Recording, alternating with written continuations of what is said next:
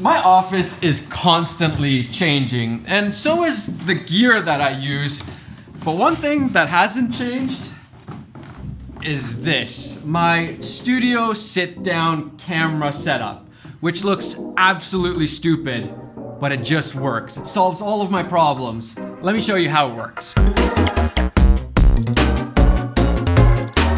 So the idea here is to have everything that I need to film my studio A-roll talking head footage on one movable rig, except for the light. I've seen a lot of people rig lights to them, but I don't think that's a good idea. I'll explain why. When I'm filming my videos, I like to change angles a lot, and so I'm moving my A camera setup all over the place in the office, and this makes it really easy and fast.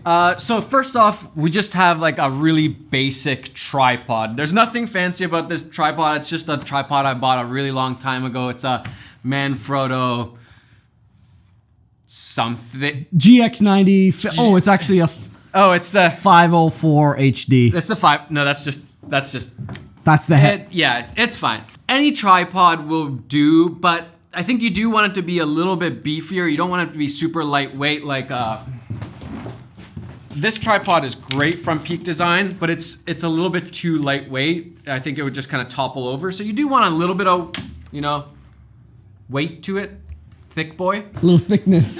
But I haven't really spent too much money on that. The one thing I will say is that it's really handy to have a ball head. So because we're moving this around a lot, this makes it a lot easier to just balance out and get it leveled. So you don't have to be like, you know, doing this thing to get it level. That's a nightmare. So yeah, you want it to be on a ball head, but any tripod will do really. What do my notes say again? And this next part's probably like the biggest big brain idea of this whole rig. For the longest time I was thinking about how to do audio, really high quality, nice sounding audio, but in a very easy way. I don't want to have like another mic stand in the office or like a big boom pole or something sticking out. So what I've done is I've taken this pretty big articulating arm and then put a shotgun microphone on it. This is the Rode NTG3.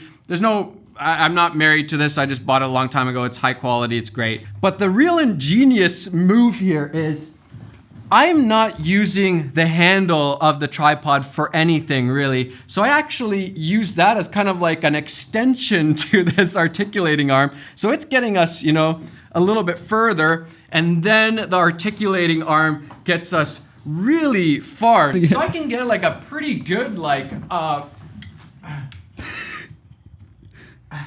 I can get a pretty good like medium, almost like a wide, because it reaches so far and I still get really high quality audio. The microphone is really nice and close, just out of frame.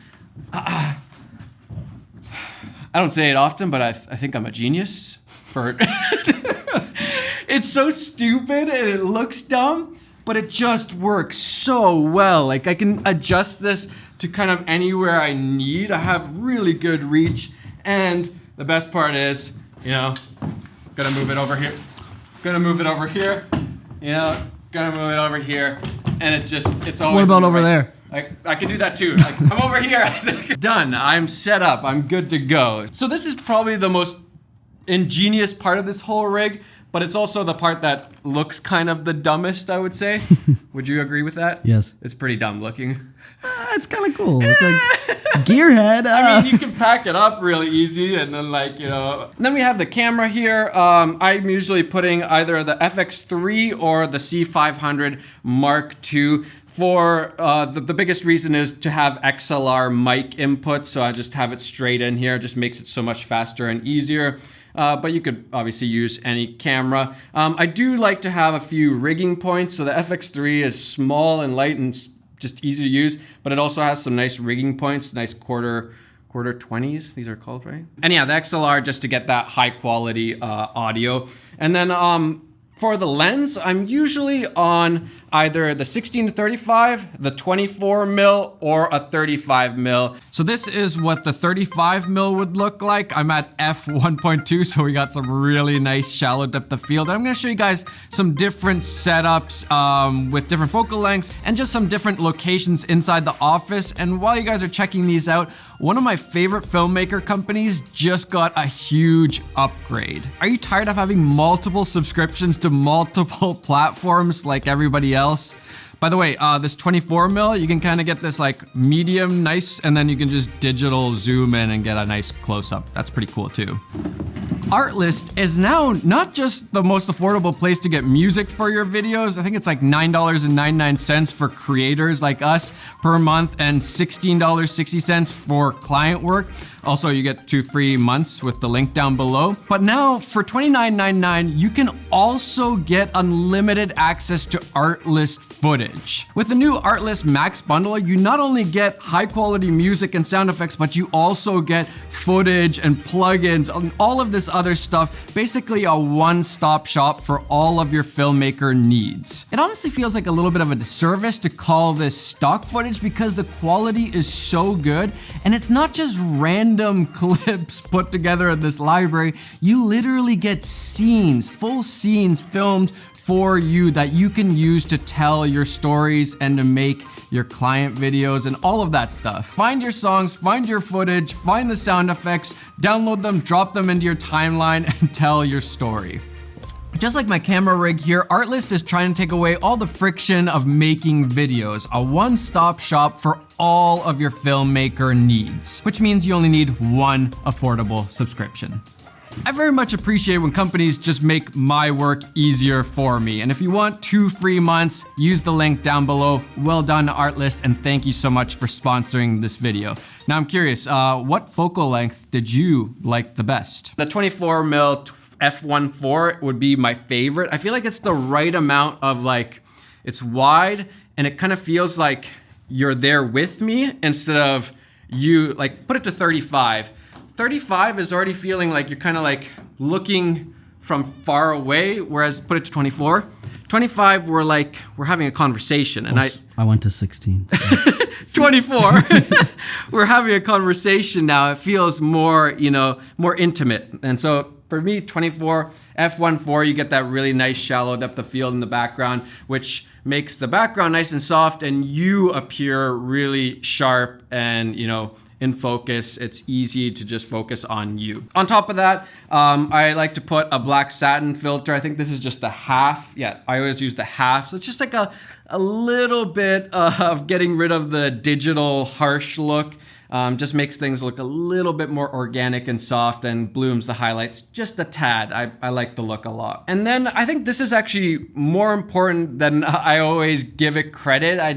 Sometimes I get lazy and I stop using a monitor like this, but it's really important to have a monitor, even if it's just a little bit. Like the difference here between, come a little closer, the difference between the LCD screen here and then the monitor, it's not drastic, but it's enough that I can see my framing and the exposure and what things look like much better on here. You can use any monitor. I'm still using my this is probably 7, 8 years old maybe. It's a small HD. I wasn't even born yet. I think it's like a small HD 5 something. I don't even remember what it's called. But it just works, it's great. And really all I need the monitor to do is to be able to have a look so I can kind of see what it's gonna look like after the grade already, and then false color. False color, if you don't have false color, it's like you're flying blind when it comes to exposure. You can just see all of the different, here I'll show you.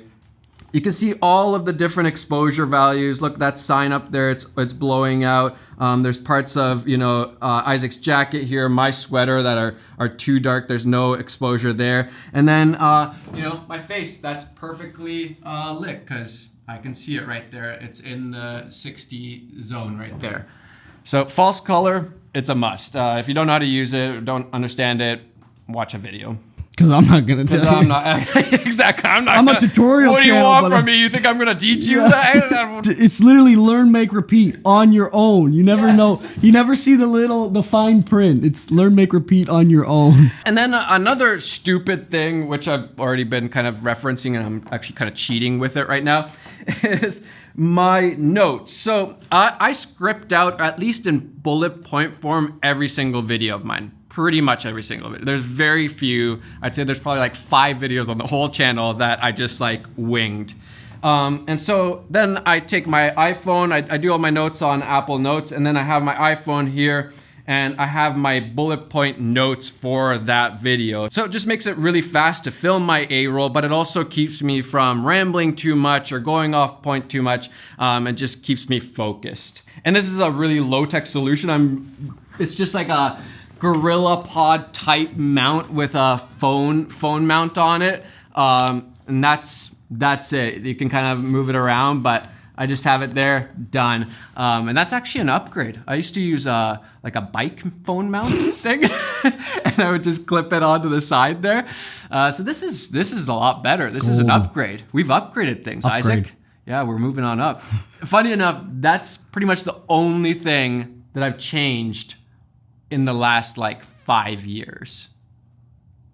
That's pretty impressive, eh? The only thing that I might change, and I've always thought it might be a good idea or might not, let's go down low, is adding wheels to this tripod. So I could just wheel it around and make the moving around the office even faster. I don't know if there would be hindrances, but it hasn't been that big of a deal, just because this is so lightweight that I could just pick it up and move it around. It's not that big of a deal. Now, the only thing that this setup here is missing is the lights. And I've seen people rig lights to some sort of setup like this, but I find that you're just having to make too many sacrifices if you're doing that. Usually you have to use a small light, and then you can't quite get it to exactly where you want it, and you can spin around. So I use pretty big lights. This is my smaller softbox right here. We got an Aperture 120D behind it. Best lights ever, Apertures. It's the way to go, right, Isaac? Yes. And then we have this bigger softbox up here that I use for other purposes. You just can't put one of those on this rig. I mean, you can. I mean, you probably could. It doesn't make it very portable. It just doesn't make any sense. And so I keep my lights on their own stands, and then I move them around to wherever I need them to be, especially because I want the light to be coming quite a bit from the side. And if you're gonna rig it to your actual camera rig, it's gonna be coming pretty flat and boring. Does that make sense, Isaac? Well, yeah, you keep your work life and your personal life separate. So you keep your lights separate from your main rig. Exactly. It makes sense. So yeah, that is the monstrosity of my stupid rig that just works really well. And that's why it hasn't changed, because it just does the job so well. And if you don't have this kind of setup and you're kind of a content creator or whatever, I highly recommend figuring out some sort of similar version for yourself. I should probably make like a whole video on lighting though. I think I have a pretty good setup for lights also, but that's a separate video, I think.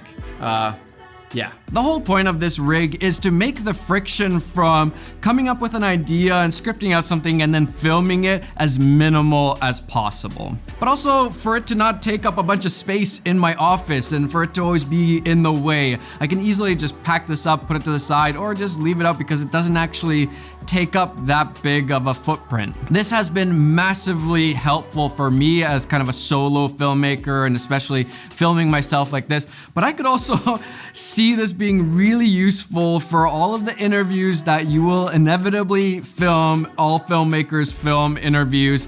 And I gotta say, I'd maybe be a little bit like embarrassed rigging this up, but honestly, it just works so well that I would do it anyways. All right, tell me how you like this rig and if you have any cool additions or things that you hate about my rig. For example, how stupid it is. All right, I'll see you guys later. Bye.